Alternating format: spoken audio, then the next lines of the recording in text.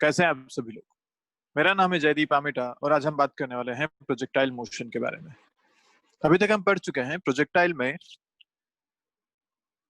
Ground to ground projectile के बारे में, मतलब सेम लेवल पे अगर प्रोजेक्टाइल करें तो उसमें क्या क्या पैरामीटर्स बनते हैं, रेंज क्या होती है, मैक्सिमम हाइट क्या होती है, टाइम पीरियड कितना होता है और उस ट्रेजेक्टरी की इक्वेशन क्या होती है। ये सारी बातें हम अभी तक कर चुके हैं। अब उसी को आगे बढ़ाते हुए कुछ क्वेश्चंस हम और करते हैं, देन हम चलेंगे कि अगर एक हाइट से प्रोजेक्शन किया जाए तो उसमें क्या क्या कंडीशंस बन सकती हैं। तो चलिए पहले कुछ क्वेश्चंस करते हैं।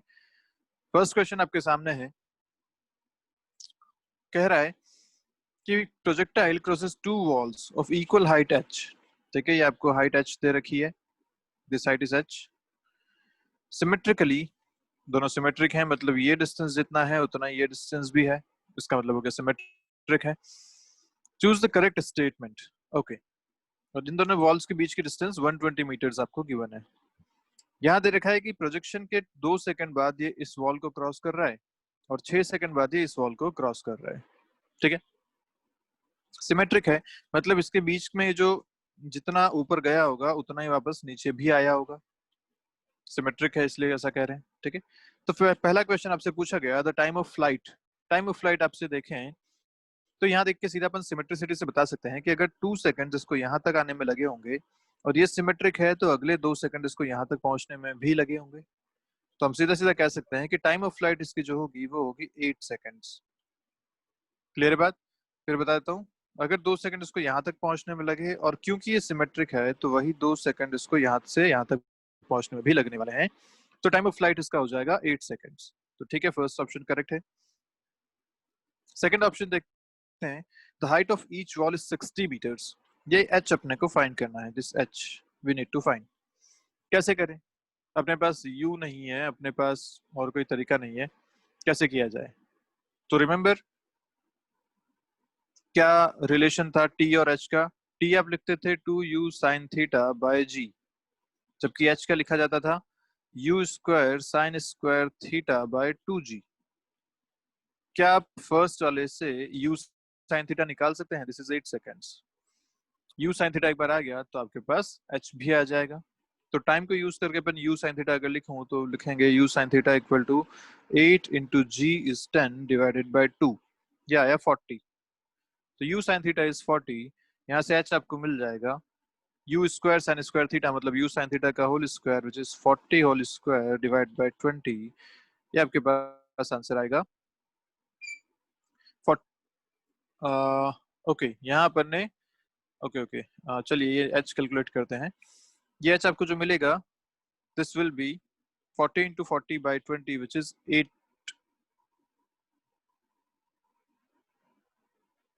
80 मीटर्स। तो ये जो हमने h कैलकुलेट किया है ये एक्चुअली मैक्सिमम हाइट कैलकुलेट करी है हमने, ये वॉल की हाइट नहीं है। ये जो फॉर्मूला है ये आपका मैक्सिमम हाइट का फॉर्मूला है, ये हमने कैलकुलेट किया है यहाँ से। ठीक है, 80 मीटर्स। अब अपने को कैलकुलेट करना है h, ये वॉल की हाइट।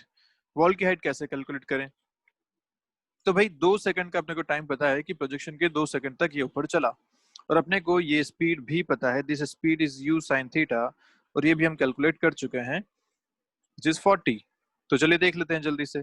वर्टिकल मोशन अगर देखा जाए तो मैं लिखूंगा y equal to ut plus half T square in vertical या इन y डायरेक्शन। y कितना है, इसका डिस्प्लेसमेंट h है, कितने टाइम में? 2 सेकंड में। तो u sin थीटा है, u will be 40 into time is 2 seconds minus half g is 10 into 2 का स्क्वायर, ये आपके पास आएगा 80 माइनस इधर से अगर देखें तो 20 which is 60 मीटर्स। तो यस, जो हाइट ऑफ वॉल है वो 60 मीटर्स है, मतलब सारे ऑप्शंस इसमें करेक्ट हैं, ऑल ऑफ द अबव अपना आंसर इसमें हो जाएगा। क्लियर है बात? सारी चीजें आप यहाँ से कैलकुलेट आराम से कर सकते हैं। नेक्स्ट क्वेश्चन पूछा गया आपसे कि fighter plane enters inside the enemy territory. Okay, यहाँ से फाइटर प्लेन उड़ता हुआ आया अंदर इस तरफ से at time t equal to 0 with velocity v not equal to 250 metre पर सेकंड। ये इसकी जो स्पीड आपको दे रखी है 250 मीटर पर सेकंड दे रखी है, and moves horizontally with constant acceleration a, इसका acceleration भी है 20 मीटर पर second square. Okay. An enemy tank at the border spot the plane and fire shots at an angle 60 degree. तो यहाँ पे एक टैंक है, उस टैंक ने इस एनिमी प्लेन के लिए शॉट्स फायर किए एट एंगल 60 डिग्री और स्पीड भी आपको दे रखा है 600 मीटर पर सेकंड। पूछा गया आपसे at what altitude h of the plane it can be hit by the shot. h कितना हो कि ये जो प्लेन है ये शॉट हो जाए, मतलब ये जो फायर किया गया है इस प्लेन से टकरा जाए, ये आपसे पूछा गया। तो चलिए सॉल्व करते हैं। अपने को पता है कि अगर ये दोनों, मतलब ये जो फायर किया गया शेल है ये प्लेन से शॉट अगर होना चाहिए तो दोनों एक ही टाइम पे एक जगह पे होने चाहिए, मतलब जो शेल फायर किया गया और जो प्लेन है वो दोनों एक ही जगह पे होने चाहिए, तभी हम इसको बोलेंगे कि कोलिजन हुआ है या वो आपस में टकराए हैं। और एक ही जगह होना चाहिए इसका मतलब ये कि जितनी देर में ये जो शॉट आपने फायर किया, जो शेल यहाँ से फेंका, वो हॉरिजॉन्टल डिस्टेंस ये वाली कवर करेगा, उतनी ही देर में प्लेन भी यहाँ से यहाँ तक पहुंचेगा, क्योंकि सेम टाइम पे दोनों एंटर यहाँ से इस बाउंड्री से अपन देख सकते हैं कि दोनों सेम टाइम पे चलना शुरू हुए हैं। ऐसे ही जितनी देर में यहाँ से यहाँ तक पहुंचा, क्या शेल उतनी देर में ऊपर से ऊपर यहाँ से ऊपर तक भी गया? यस। तो शेल के तो दो मोशन है, एक हॉरिजॉन्टल दूसरा वर्टिकल, जबकि प्लेन का एक ही मोशन है, सिर्फ हॉरिजॉन्टल। तो बस हमें यहाँ से कैलकुलेट करना है। तो हम कह सकते हैं कि अगर प्लेन का डिस्प्लेसमेंट देखें तो मैं लिखूंगा displacement for plane is v naught into T plus half A T square. ये उसका डिस्प्लेसमेंट हो जाएगा। v नॉट आपको दे रखा है 250 इंटू टी प्लस इसका एक्सेलरेशन भी है 20 इंटू टी स्क्वायर। यहाँ से आप देखेंगे तो 250 into T plus 10 T square, ये इसका डिस्प्लेसमेंट है। और इतने टाइम में शेल का डिस्प्लेसमेंट कितना है? तो शेल के लिए अगर लिखा जाए तो इसका डिस्प्लेसमेंट मैं लिखूंगा, इसकी हॉरिजॉन्टल स्पीड कितनी है cos 60 के हिसाब से u cos 60 डिग्रीज। u आपको दे रखा है 600, cos 60 होता है हाफ, तो ये हो गया 300 which is 300। तो इसका लिखा जाएगा 300 इंटू टी। पक्की बात है, क्योंकि इसके लिए हॉरिजॉन्टल एक्सेलरेशन तो जीरो होता है, प्रोजेक्टाइल में हॉरिजॉन्टल एक्सेलरेशन नहीं होता। अब हॉरिजॉन्टल डिस्प्लेसमेंट दोनों का इक्वल होना चाहिए, अगर दोनों कोलाइड कर रहे हैं या शेल उस पर जाके टकरा रहा है तो यहाँ से हमें टाइम मिल जाएगा। तो हम क्या लिखेंगे, 250t plus 10t square equal to 300t। यहाँ से देखें ध्यान से तो t आ रहा है आपके पास 5 सेकेंड्स, है ना। 300 माइनस 250, 50 आया, और 10 से हो गया 5 टाइम्स, t आया आपके पास 5 सेकेंड्स। तो 5 सेकंड बाद ये दोनों सेम हॉरिजॉन्टल पोजीशन पे होंगे। क्लियर है बात? अब अगर ये शेल उसको जाके हिट कर रहा है, मतलब 5 सेकंड में शेल ने जितनी ऊंचाई कवर करी है, जितनी हाइट इसने अचीव करी है, उसी हाइट पे वो प्लेन भी होना चाहिए, तभी जाके वो टकराएगा। तो चलिए देख लेते हैं 5 सेकंड में शेल कितना ऊपर गया। तो पता है अपने को उसका वर्टिकल मोशन देखना चाहिए। वर्टिकल मोशन में अगर स्पीड देखें तो होती है u sin 60 degree, sin 60 is √3/2, तो ये होगा 300 √3। ओके। इसके हिसाब से अगर देखें शेल ने कितनी हाइट कवर करी, तो h equal to u into y, मतलब sorry u y into t minus half g t square, ये होगी शेल की हाइट। कितना आ जाएगा यहाँ से h, यू आई आपके पास है 300 √3, टाइम आपने अभी कैलकुलेट किया 5 सेकंड तक ये चला, माइनस हाफ इंटू 10 इंटू 5 का स्क्वायर। ये आपके पास जो आंसर आएगा ये आएगा 1500 √3 माइनस यहाँ से आएगा 5 क्यूब विच इज 125। तो अगर आंसर देखा जाए तो कितना आएगा, ये 1500 इंटू √3 इज 1.7, 1.7 और 1500 ये आएगा लगभग आपके पास 2500 के आसपास। सो आई गेस आंसर आना चाहिए आपका 2473 के आसपास। ठीक है, आप चाहे तो उसको कैलकुलेट कर सकते हैं और आंसर कोई और तो देख लीजिएगा, बट मेरा गेस है कि आंसर ये आने वाला है। ठीक है, चलिए नेक्स्ट क्वेश्चन देखते हैं। ये आपके एनसीईआरटी का क्वेश्चन है। क्वेश्चन क्या कह रहा है, द सीलिंग ऑफ एक हॉल की सीलिंग जो है वो 25 मीटर हाई है। तो सीलिंग बना देते हैं, हॉल बना देते हैं यहाँ पे, ये है आपका ओके। इसके सीलिंग जो आपको बता रखी है वो है 25 metres high. Okay. What is the maximum horizontal distance that a ball thrown with a speed of 40 meter per second can go without hitting the ceiling of the wall? मतलब एक बॉल को आपने ऐसे प्रोजेक्ट किया है at an angle of, sorry angle नहीं दे रखा, आपको सिर्फ दे रखा है 40 मीटर पर सेकंड। पूछा गया कि ये मैक्सिमम कितना दूर फेंक सकते हैं आप कि ये इसको जस्ट टच करके निकल जाए, ऊपर हिट ना करे। तो ये रेंज कितनी हो सकती है इस केस में? अब देखो, अपने को ये बात तो पता है कि रेंज मैक्सिमम होती है 45 डिग्री के एंगल पे, है ना?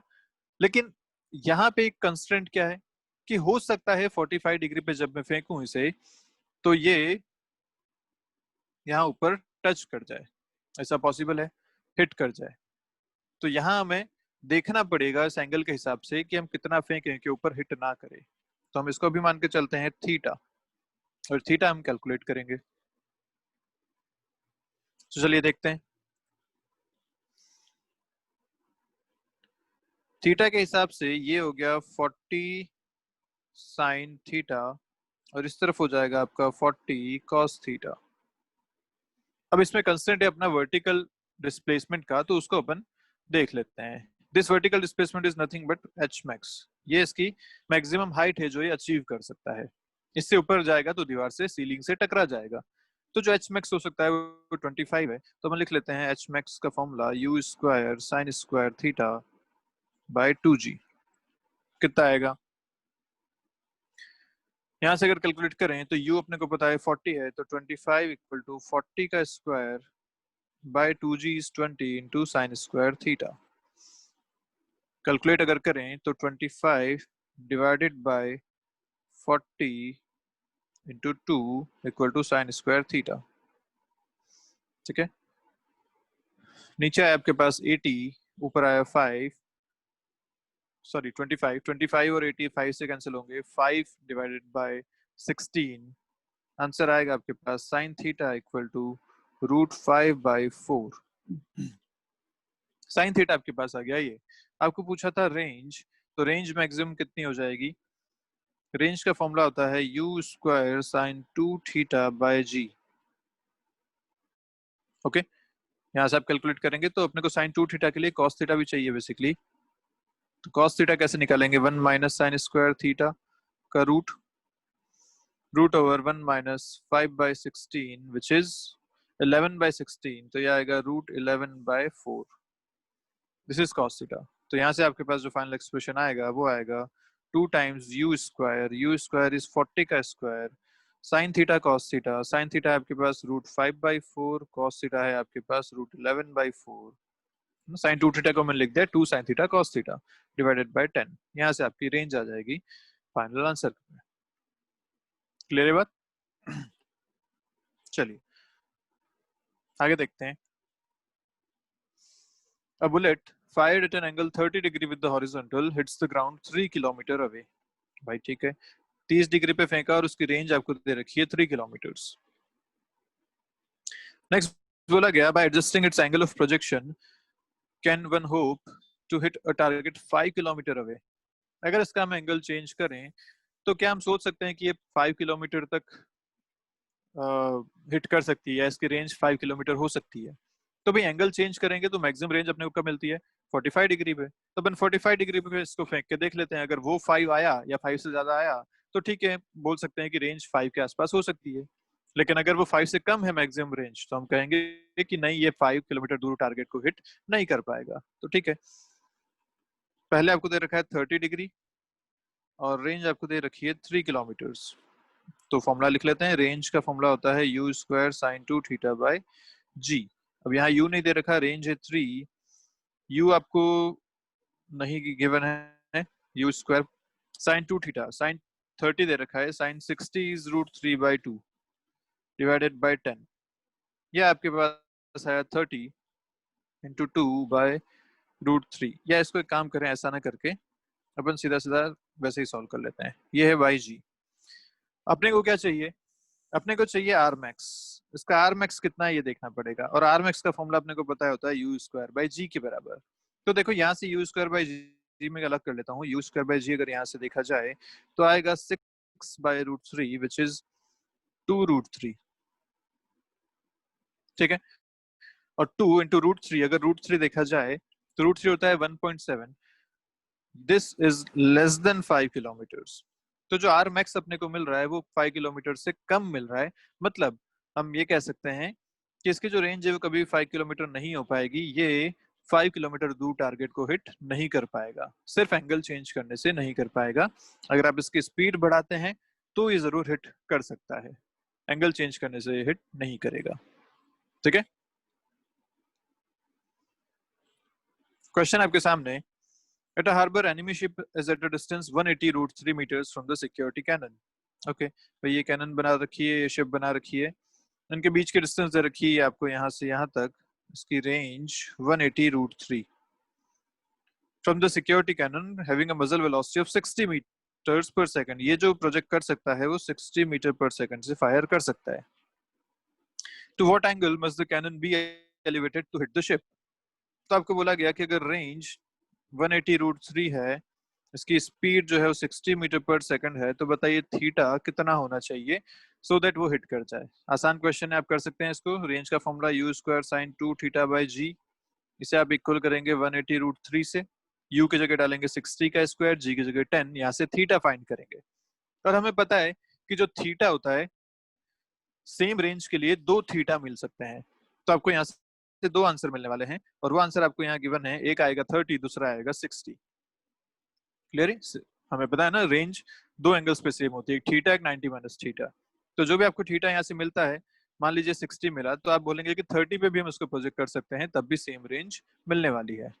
ओके, दूसरा आपसे पूछा गया what is the time of flight. Time of flight 2u sin theta by g. एक बार थीटा मिल गया, आप टाइम ऑफ फ्लाइट भी दोनों के लिए बता सकते हैं। 2 ट्रेजेक्टरीज बनेंगी, दोनों आपको डायग्राम में दिखा रखी है, दोनों के लिए टाइम ऑफ फ्लाइट आ जाएगा। तो हर एक क्वेश्चन के 2 आंसर आएंगे। तीसरा आपसे पूछा गया how far should the ship be moved away from its initial position so that it becomes beyond the range of the cannon। मतलब शिप को अभी इनिशियल पोजीशन से कितना दूर और लेके जाया जाए कि ये कैनन की रेंज से बाहर हो जाए। कैनन की रेंज मतलब मैक्सिमम रेंज की बात होगी, तभी वो हिट नहीं कर पाएगी। मैक्सिमम रेंज कब होती है? 45 डिग्री एंगल पे होती है। तो मान लीजिए यहाँ से एक्स डिस्टेंस और आगे अपन इसको लेके चले गए, तब this 180 √3 plus x is nothing but R max. ये इस कैनन की मैक्सिमम रेंज है। इस अगर शिप इससे बाहर लेके चले गए तो हिट नहीं कर पाएगी। आर मैक्स का फॉर्मूला अपने को पता होता है, u² बाई जी। u आपको गिवन है, g आपको पता होता है कि यहाँ से x कैलकुलेट कर सकते हैं आप, आसानी से हो जाएगा। चलिए देखते हैं एक और क्वेश्चन।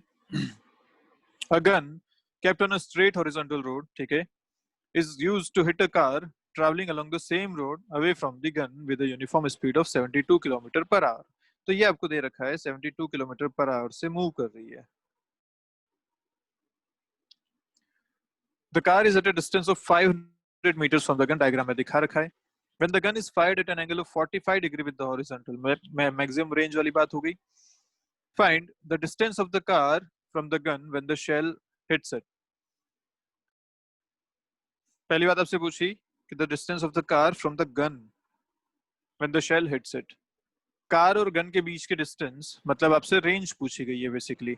जब वो यहाँ आके कार को शेल हिट कर लेगा तो ये डिस्टेंस कितनी होगी?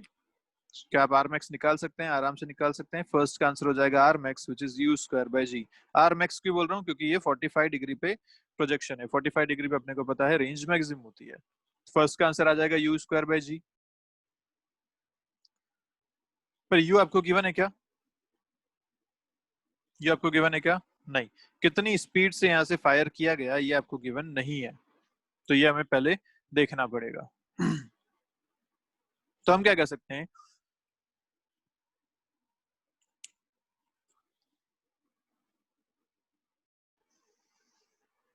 अब यहाँ पे u तो गिवन नहीं है, फिर u कैसे कैलकुलेट करें? तो u कैलकुलेट करने के लिए सबसे पहले अपने को क्या देखना पड़ेगा कि जितनी इसकी रेंज है यहाँ से यहाँ तक जो इसकी रेंज है, ठीक है, क्या वही ये डिस्टेंस के बराबर है? बिल्कुल। और ये डिस्टेंस कितनी है? 500 मीटर्स। तो ये कार ऑलरेडी इससे दूर थी।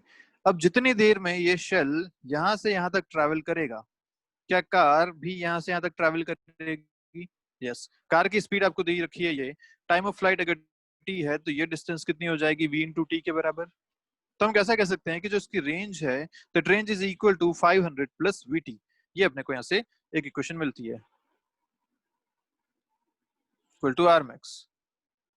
अब 45 डिग्री के प्रोजेक्शन पे जब थीटा 45 डिग्री होता है तो अपने को पता है टाइम पीरियड क्या लिखा जाता है, 2u sine 45 by G. Sine 45 is 1/√2, तो यहाँ से आपको टाइम मिलता है √2u बाई जी। ठीक है, एक एक्सप्रेशन ये हो गया, आर मैक्स ये हो गया। अब अगर मैं इसमें डालूं इस इक्वेशन में तो 500 प्लस वी टी, वी आपको दे रखा है, अपन यहाँ मीटर पर सेकंड में लेते हैं क्योंकि डिस्टेंस मीटर्स में है और टाइम भी यहाँ सेकंड्स में मिल जाएगा। तो ये हो जाएगा 20 मीटर पर सेकंड। कैसे करते हैं रिमेंबर, इंटू 5/18 करके। तो ये हो जाएगा 20 मीटर पर सेकंड। 20 इंटू टाइम, टाइम आपको पता है √2u by G, G is 10 equal to R max which is u square by 10। अब यहाँ ध्यान से देखें तो ये u में क्वाड्रेटिक इक्वेशन बनी है, u स्क्वायर और u क्वाड्रेटिक इक्वेशन है। इस क्वाड्रेटिक को आप जब सॉल्व करेंगे तो आपको जो आंसर मिलेगा u का, वो मिलेगा अप्रोक्सीमेटली 85.5 मीटर पर सेकंड के हिसाब से। और एक बार अगर u मिल गया तो आप आर मैक्स निकाल सकते हैं u स्क्वायर बाई जी से, वो आंसर आएगा 747 के आसपास अप्रोक्सीमेटली मीटर्स। क्लियर है बात? तो इक्वेशन आप सॉल्व कीजिएगा बना के, क्वाड्रेटिक इक्वेशन है। चलिए देखते हैं नेक्स्ट, आते हैं अपने आज के टॉपिक पे। आज का टॉपिक अपना रहेगा एक हाइट से प्रोजेक्शन का। तो जैसा आप डायग्राम में देख पा रहे हो, आप एक टावर पे चढ़ गए, उस टावर पे जाके यहां से आपने एक प्रोजेक्शन किया। प्रोजेक्शन इस केस में हम इसमें हम 3 केसेस पढ़ने वाले हैं। केसेस कौन से होंगे? एक हॉरिजॉन्टल प्रोजेक्शन, मतलब जो आपने फेंका वो बिल्कुल स्ट्रेट ऐसा हॉरिजॉन्टल डायरेक्शन में आपने इसको फेंका। दूसरा जो हम केस पढ़ने वाले हैं वो पढ़ेंगे ऐसा ऊपर की तरफ आपने यहाँ से फेंका। और तीसरा जो हम केस पढ़ेंगे वो केस पढ़ेंगे कि आपने ऐसा नीचे की तरफ इसको प्रोजेक्ट किया। और तीनों केसेस में हमें क्या क्या बातें ध्यान रखनी है उस बारे में बात करते हैं। तो देखिए, प्रोजेक्टाइल मोशन है तो सीधा सा हिसाब ना कि आपको 2 एक्सिस में मोशन को देखना है। तो 2 एक्सिस में मोशन चेक करते हैं। यहाँ पे एक्सिस एक हमने ले लिया ऐसा, एक ले लिया ऐसा, ये 2 एक्सिस हमारी हैं, मैंने आपको दिखा रखी है दोनों ये।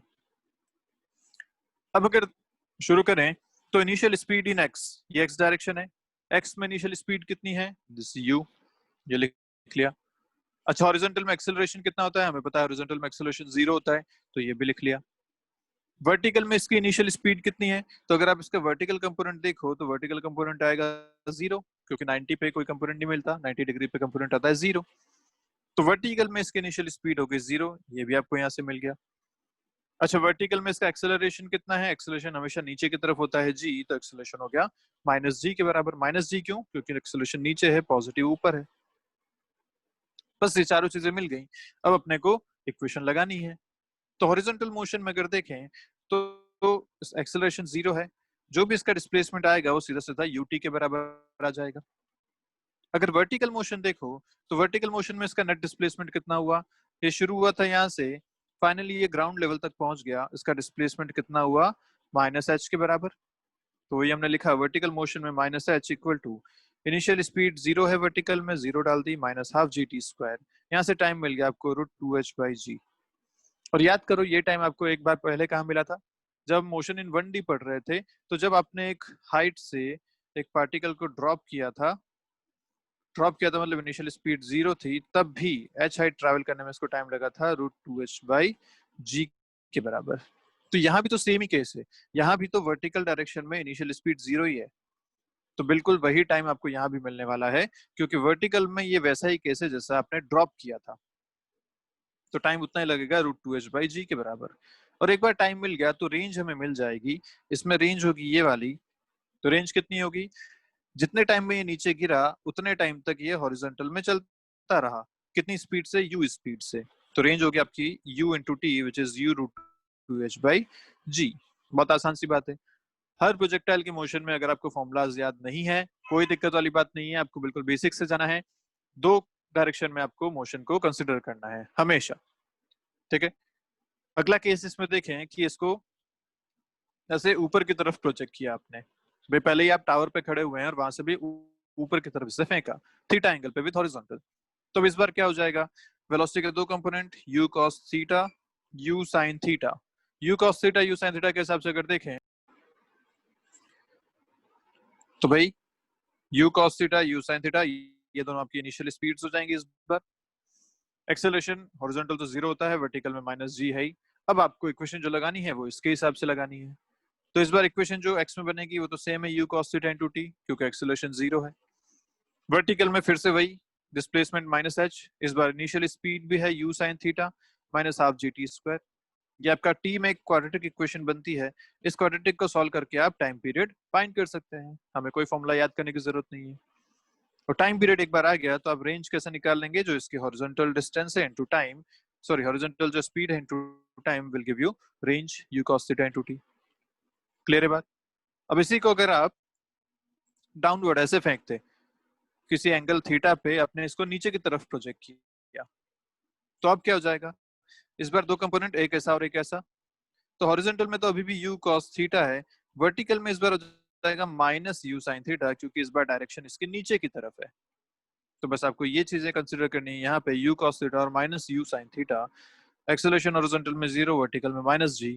अगेन सेम इक्वेशंस, x में u cos theta into t, vertical direction में displacement minus h, initial speed minus u sin theta और minus half g t square. फिर से एक आपको t में क्वाड्रेटिक मिलेगी, इस क्वाड्रेटिक को सॉल्व करके आप टाइम पीरियड फाइंड कर सकते हैं। एक बार टाइम पीरियड मिल गया तो अगेन रेंज क्या आ जाएगी, horizontal speed into time, this is range. तो कहीं कोई फॉर्मुलाज याद करने की जरूरत नहीं है, हमें बिल्कुल बेसिक से ध्यान रखना है कि दो डायमेंशन में या दो डायरेक्शन में हमें मोशंस कंसिडर करने हैं। उनकी इनिशियल स्पीड देख लो, उनका एक्सेलरेशन देख लो, डिस्प्लेसमेंट देखो, और इक्वेशंस जो हमने बेसिक इक्वेशन पढ़ी थी वो सारी यूज करो। क्लियर है बात? इन तीनों ही केसेस में अगर आपको पूछ लेते कि बताओ ये जब यहाँ आके टकराया नीचे तो इसकी फाइनल स्पीड कितनी है v, तो यहाँ भी v के दो कंपोनेंट्स होंगे। मान लीजिए v ऐसा है तो एक कंपोनेंट ऐसा है, कंपोनेंट ऐसा, which is vx and vy। अब आपको अगर v निकालना है तो vx कैसे निकालोगे, v equal to u plus a t से, टाइम आप फाइंड कर चुके हैं। हॉरिजॉन्टल में स्पीड सेम रहती है क्योंकि एक्सेलरेशन जीरो होता है, वर्टिकल में स्पीड चेंज होती रहेगी v equal to u plus a t के हिसाब से। v आपको फाइंड करना है, u आपको पता है, u sin थीटा आपने देखा है ऊपर, और एक्सेलरेशन होता है माइनस g। यहाँ से आप निकाल सकते हैं इसकी final speed in y direction, final speed in x direction. इन दोनों को यूज करके आप नेट स्पीड में निकाल सकते हैं root over v x square plus v y square. और आपसे अगर एंगल भी पूछ लिया कि मान लो किस एंगल पे आके टकराया, ये एंगल भी आपसे पूछा है, तो ये एंगल भी आप निकाल सकते हैं y tan theta equal to v y by v x से। क्लियर है बात? सारी चीजें वही है, दो डायरेक्शन में मोशन है, बाकी सब इक्वेशंस जो आपने अभी तक पढ़ी हैं वो एज इट इज हमें यहाँ पे यूज करनी है। तो चलिए देखते हैं। अच्छा, उससे पहले एक बात और, अगर एक मूविंग ऑब्जेक्ट से प्रोजेक्शन किया जाए तो क्या होगा। अब सोचो मूविंग ऑब्जेक्ट है, पहले हम बात करते हैं कि मान लो वो हॉरिजॉन्टल में से मूव कर रहा है, एक ट्रॉली है, उस ट्रॉली के अंदर एक लड़का खड़ा हुआ है, लेट्स से ट्रॉली है, इस ट्रॉली के अंदर एक लड़का खड़ा हुआ है यहाँ पे, और वो ये प्रोजेक्शन कर रहा है। अब अगर ट्रॉली अपनी जगह पे खड़ी होती, रेस्ट पे होती और प्रोजेक्शन करता, तो भाई you sine theta you cos theta जो हम अभी तक पढ़ते आए हैं वैसा हम कर लेते। पर सोचो अब ट्रॉली भी चल रही है, अगर ट्रॉली भी चल रही है तो हमें एक बात पता है कि जब कोई ऑब्जेक्ट मोशन में होता है और आप यहाँ से कुछ चीज फेंकते हैं, तो उस मोशन की वजह से उस ऑब्जेक्ट जो फेंका गया है उसको भी एक इनिशियल स्पीड मिलती है। तो बस वही बात हम यहाँ लिखना चाहते हैं। और अगर मैं वेक्टर फॉर्म में इसे लिखूं तो मैं क्या लिख सकता हूँ, वेक्टर फॉर्म रिलेटिव मोशन याद है, हमने लिखा था कि अगर किसी ऑब्जेक्ट की रिलेटिव वेलोसिटी अपने को निकालनी है तो मैंने यहाँ लिखा velocity of ball with respect to trolley. जो बॉल उसने फेंकी उसकी विद रिस्पेक्ट टू ट्रॉली जो इक्वेशन लिखी जाएगी वो लिखी जाएगी velocity of ball minus velocity of trolley. Relative motion याद है आपको? अगर मुझे यहाँ से वेलोसिटी ऑफ बॉल निकालनी है तो ये चीज इस तरफ आ जाएगी प्लस होके, तो आ जाएगा velocity of ball with respect to trolley plus velocity of trolley. मतलब अगर हमें बॉल की नेट स्पीड निकालनी है जिससे वो प्रोजेक्ट किया गया है ग्राउंड के हिसाब से, तो वो क्या हो जाएगा, जिससे आपने उसको ट्रॉली में से फेंका प्लस ट्रॉली की स्पीड, दोनों वेक्टर फॉर्म में है। तो ये चीज हमें यहाँ ध्यान रखनी है कि अगर मूविंग ऑब्जेक्ट से आप कोई प्रोजेक्शन करते हो तो उस मूविंग ऑब्जेक्ट की वेलोसिटी भी उस प्रोजेक्शन को मिलती है इन द सेम डायरेक्शन। तो ये बात हमें यहाँ पे देखनी पड़ेगी। तो इसके कुछ केसेस देख लेते हैं। ट्रॉली चल रही है, जिस डायरेक्शन में उसी डायरेक्शन में प्रोजेक्शन किया गया, ऐसा एक पहला अपना केस है। ठीक है, ball is projected in the direction of motion of the trolley. तो अब इसका जो हॉरिजॉन्टल कंपोनेंट बॉल का लिया जाएगा वो क्या लिया जाएगा? भाई आपने यू से फेंका एट एन एंगल थीटा, तो यू कॉस थीटा तो वैसे इसके पास था, पर क्योंकि ट्रॉली चल रही है सेम डायरेक्शन में, तो इस बार जो हॉरिजॉन्टल कंपोनेंट लिया जाएगा वो लिया जाएगा u cos theta plus v. ये यहाँ पे ध्यान रखने वाली बात है कि मूविंग ऑब्जेक्ट से अगर आप प्रोजेक्शन करते हैं तो उस मोशन का भी वेलोसिटी कंपोनेंट उस ऑब्जेक्ट को मिल जाता है। वर्टिकल कंपोनेंट में कोई चेंजेस नहीं होगा क्योंकि इस ट्रॉली का मोशन वर्टिकल में नहीं है, ये सिर्फ हॉरिजॉन्टल में चल रहा है, तो vertical component will be you sine theta only. ऐसे ही अगर ट्रॉली चल रही है अपोजिट डायरेक्शन में और फेंका गया इस डायरेक्शन में, तो क्या होगा? तो इसको अब जो हॉरिजॉन्टल कंपोनेंट लिखा जाएगा वो u cos थीटा तो है इस तरफ और वेलोसिटी है उस तरफ, तो ये लिखा जाएगा माइनस v। इस बार हॉरिजॉन्टल कंपोनेंट जो आएगा u cos theta minus v के बराबर, और वर्टिकल इस बार भी चेंज नहीं होगा, इस बार भी u sin थीटा ही रहने वाला है। तो ये बातें बहुत इंपॉर्टेंट है, ध्यान रखिएगा कि जब भी एक मूविंग ऑब्जेक्ट से कोई पार्टिकल प्रोजेक्ट किया जाता है तो उस ऑब्जेक्ट की वेलोसिटी भी उस पार्टिकल को मिल जाती है इन द सेम डायरेक्शन। तो जो ट्रॉली की वेलोसिटी थी v, वो भी इस ऑब्जेक्ट को मिलेगी इन द सेम डायरेक्शन, मतलब इसके लिए भी पीछे v होगा, इस तरफ u cos थीटा होगा। इसकी नेट स्पीड अगर लिखी जाएगी तो लिखी जाएगी u cos theta minus v के बराबर। क्लियर है बात? ऐसे अगर एक ट्रॉली ऊपर की तरफ चल रही है और इस बार आपने प्रोजेक्शन किया ऐसा, तो क्या होगा? इस बार u cos थीटा ऊपर है और इस ट्रॉली के मोशन की वजह से इसको एक v भी ऊपर की तरफ मिलेगा, तो इस बार वर्टिकल में चेंजेस आएंगे। वर्टिकल इस बार हो जाएगा आपका u sin theta plus v, sorry u sin theta ये था और v भी मिल गया, तो u sin theta plus v, और हॉरिजॉन्टल में कोई चेंजेस नहीं होंगे, ये रहेगा u cos थीटा ही। सो जो ट्रॉली अगर नीचे की तरफ आ रही होती है और अब आप प्रोजेक्ट कर रहे होते, तो इस बॉल को एक वेलोसिटी नीचे की तरफ मिलती v, ऊपर आपने दे रखी है u sin थीटा, तो इस बार नेट वेलोसिटी हो जाती है u sin theta minus v के बराबर। हॉरिजॉन्टल में कोई चेंज नहीं है, वो u cos थीटा ही रहता। तो ये बात हमेशा ध्यान रखिए कि जब भी एक मूविंग ऑब्जेक्ट से एक पार्टिकल को फेंका जाता है तो उस ऑब्जेक्ट की velocity in the same direction उस पार्टिकल को भी मिलती है। क्लियर है बात? और ऐसे बहुत सारे क्वेश्चन आपके सामने आने वाले हैं जिसमें आएगा कि एक प्लेन उड़ रहा है, प्लेन से एक पैकेज को ड्रॉप किया गया, तो जो पैकेज की इनिशियल वेलोसिटी होगी वो सेम होगी जो प्लेन की है। वो वहां लिखा होगा कि पैकेज को ड्रॉप किया, इसका मतलब इनिशियल वेलोसिटी जीरो मत ले लेना, वहां पे वो सेम वेलोसिटी उस प्लेन की जो है वो उस पैकेज को भी मिलेगी क्योंकि वो मूविंग ऑब्जेक्ट से ड्रॉप किया गया है। ठीक है बात? तो चलिए आगे क्वेश्चन आएंगे, ऐसे देखते हैं अपन। फर्स्ट क्वेश्चन आपके सामने है, ये पूछा गया a gun is fired from a moving platform and the ranges of the shot are observed to be r and s। दो रेंज दे रखी है r और s when platform is moving forward or backward respectively। Okay, तो platform बना देते हैं, यहां से एक ऑब्जेक्ट को अपन ने थ्रो किया ऐसा एट एन एंगल थीटा, और ये जब फॉरवर्ड जा रहा है तो हमें पता है कि हॉरिजॉन्टल स्पीड इसकी जो हो जाएगी वो u cos theta plus v हो जाएगी, और जब ये बैकवर्ड जाएगा तो इस जो हम स्पीड लेंगे प्रोजेक्शन की वो u cos theta minus v लेंगे। तो इन दो केसेस में आपको रेंज दे रखी है, एक बार r और एक बार s। ठीक है, प्लेटफॉर्म की स्पीड आपको दे रखी है कैपिटल v गिवन है। पूछा गया आपसे कि बताइए ये एंगल ऑफ प्रोजेक्शन कितना होगा r और s की टर्म में, r s और v की टर्म में। चलिए देखते हैं।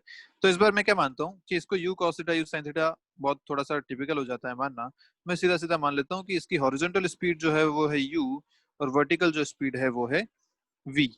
ऐसा मैं इसको मानता हूँ कि प्रोजेक्शन जो हमने किया u cos थीटा की जगह मैंने u ले लिया और u sin थीटा की जगह मैंने v ले लिया। ठीक है, ताकि कैलकुलेशन में अपने को बार बार cos थीटा sin थीटा ना लिखना पड़े, इसलिए मैंने इसको ऐसा कर लिया। ठीक है, तो फर्स्ट जो केस आपको दे रखा है उस फर्स्ट केस में अगर देखें तो रेंज आपको दे रखी है r। उस फर्स्ट केस में इसकी जो इनिशियल स्पीड है वो कितनी है, u प्लस v के बराबर, ट्रॉली की स्पीड के बराबर। सेकंड केस में आपको इसकी इनिशियल स्पीड सॉरी रेंज दे रखी है s, और उस केस में इसकी जो इनिशियल स्पीड होगी वो होगी u माइनस v के बराबर, क्योंकि इस टाइम पे ये बैकवर्ड जा रहा है और प्रोजेक्शन इस तरफ किया गया है। तो ये अपने को यहाँ पे यूज करने हैं। अब यूज कैसे करें? तो भाई रेंज होती क्या है? रेंज होती है इसकी initial speed into time of flight, यही होता है रेंज, क्योंकि हॉरिजॉन्टल डायरेक्शन में तो स्पीड चेंज होती नहीं है, तो यहाँ से हमें रेंज मिल सकती है। और ऐसे अगर ये एस लिखूं तो लिखूंगा u minus v into time of flight, जो ये t1 और ये t2 है अगर, तो ठीक है बात। अब टाइम ऑफ फ्लाइट देखते हैं इन दोनों का। टाइम ऑफ फ्लाइट किससे निकाला जाता है? रिमेंबर, टाइम ऑफ फ्लाइट आता है आपका वर्टिकल स्पीड से। टाइम ऑफ फ्लाइट के लिए हमने क्या बोला था कि वर्टिकल मोशन को कंसिडर करो, वो गिर के वापस ऐसे आता है, इसमें इसको जितना टाइम लगता है वो होता है टाइम ऑफ फ्लाइट। तो ये अगर v स्पीड से ऊपर चला तो इसको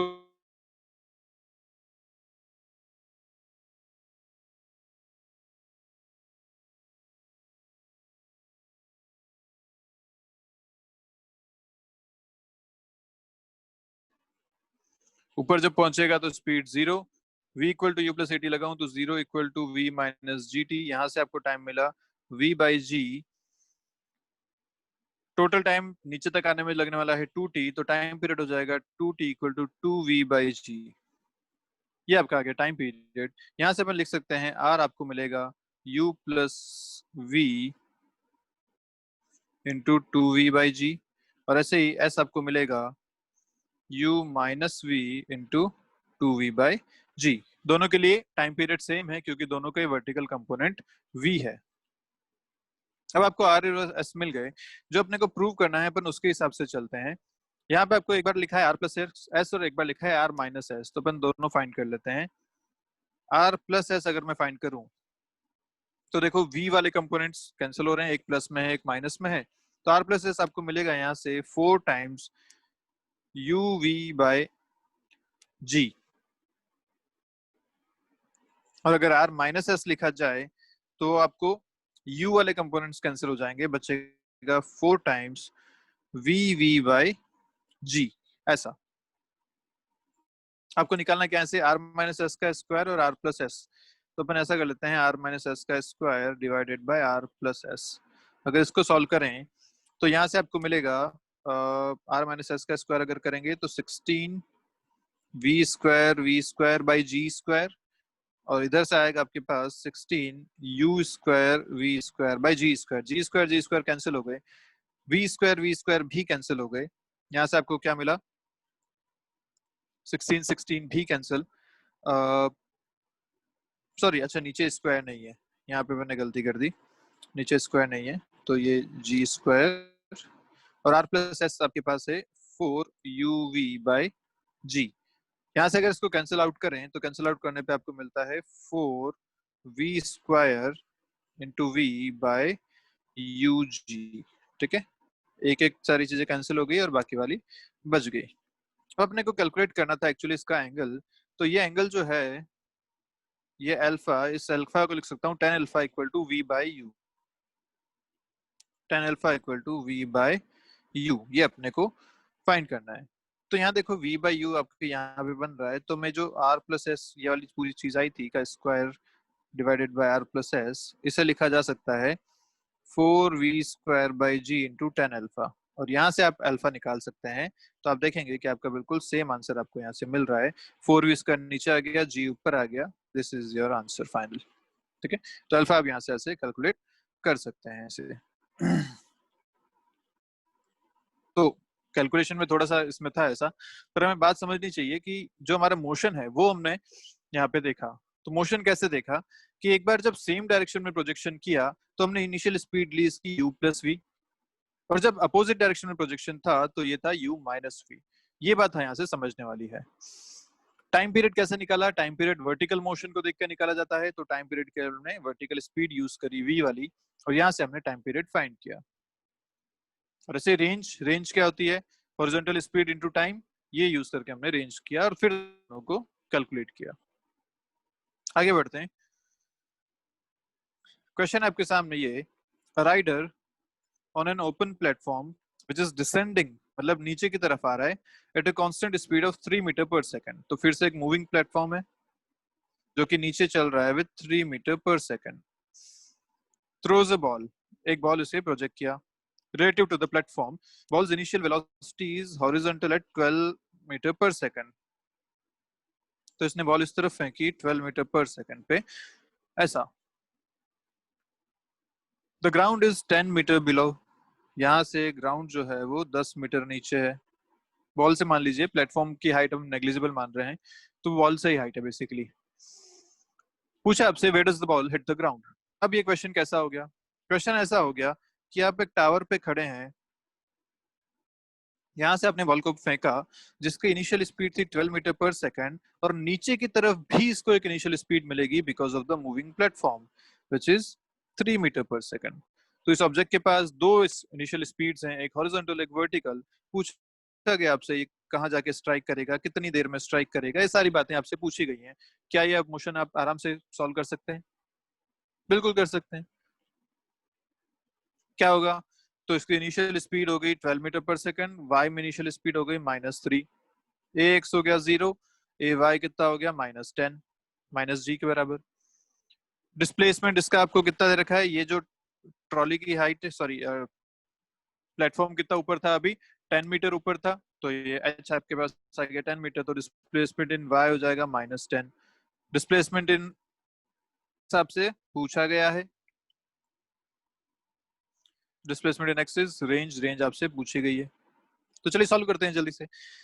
वर्टिकल मोशन देखते हैं पहले। तो वर्टिकल मोशन में हम लिखेंगे -h या -10 equal to ut plus half at square, u है इसका -3 into time minus half into 10 into t square. देखो तो यहाँ से आपके पास t में एक क्वाड्रेटिक इक्वेशन बन रही है। इस क्वाड्रेटिक इक्वेशन को जब आप सॉल्व करेंगे तो टाइम आपको मिलेगा अप्रोक्सीमेटली 1.15 सेकेंड्स। ठीक है, क्वाड्रेटिक इक्वेशन आपको सॉल्व करनी है, टाइम आपको मिलेगा लगभग 1.15 सेकंड्स के बराबर। तो टाइम मिल गया आपको। जब टाइम मिल गया तो रेंज भी मिल जाएगी आराम से। रेंज क्या होगी? 12 into time, horizontal into time. तो 12 इंटू 1.15 ये आपकी होगी रेंज। ये आपका आंसर आएगा 13.8 मीटर्स। क्लियर है बात? और क्या पूछा गया आपसे? Where does the ball hit the ground. ठीक है, रेंज पता चल गई। How long after the ball hits the ground does the platform reach the ground level. पूछा है कि प्लेटफॉर्म ग्राउंड लेवल पे कितनी देर बाद पहुंचेगा बॉल के टकराने के बाद। तो बॉल तो टकरा गई थी 1.15 सेकंड्स में। प्लेटफॉर्म को जो नीचे आने में टाइम लगेगा वो लगेगा 10/3, क्योंकि वो अभी 10 मीटर ऊपर है और 3 मीटर पर सेकंड से वो नीचे आ रहा है, तो 3.33 सेकंड उसको लगने वाले हैं। आपसे पूछा गया टाइम का डिफरेंस, तो t माइनस टी, ये आपका आंसर आ जाएगा यहाँ से कि लगभग इतने टाइम बाद वो वहां से बॉल के टकराने के बाद प्लेटफॉर्म नीचे आएगा, 2.18 सेकंड बाद। और क्या पूछा गया आपसे?